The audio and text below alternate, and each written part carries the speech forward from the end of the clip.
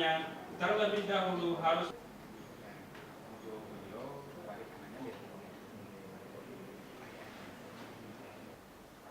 Persilahkan duduk. Tidak benar, kita tidak punya bukti Yang pertama, Bapak Nasrullah. Karena prosedur atau tata cara penyaringan bagi negara raya pada tanggal 2 Juni 2016, 11 atau juga kita bedakan tergantung waktu.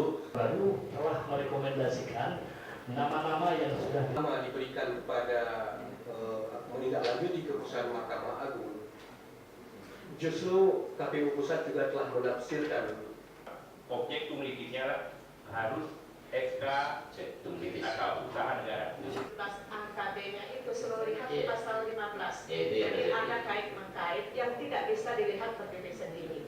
Sehingga kalaupun dikatakan proses di DPRK atau DPRA itu sepenuhnya adalah diadukan oleh Teradu pada kenakan raya untuk mengisi keanggotaan.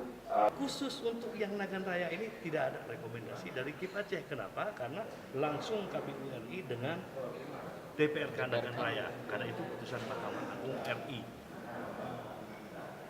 Bukan apa tadi, intervensi, bukan. Rekomendasi. Ya. Kita rekomendasi.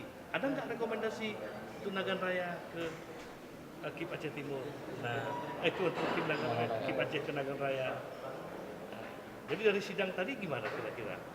Apakah ada KIP Aceh merekomendasikan KIP Nagan Raya?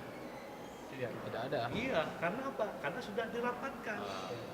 Berarti memang murni di DPRK berarti. Murni di DPRK, DPRK menyerahkan kepada KPU, KPU meng-SK-kan. Karena itu adalah putusan Mahkamah Agung yang harus dilaksanakan oleh KPU.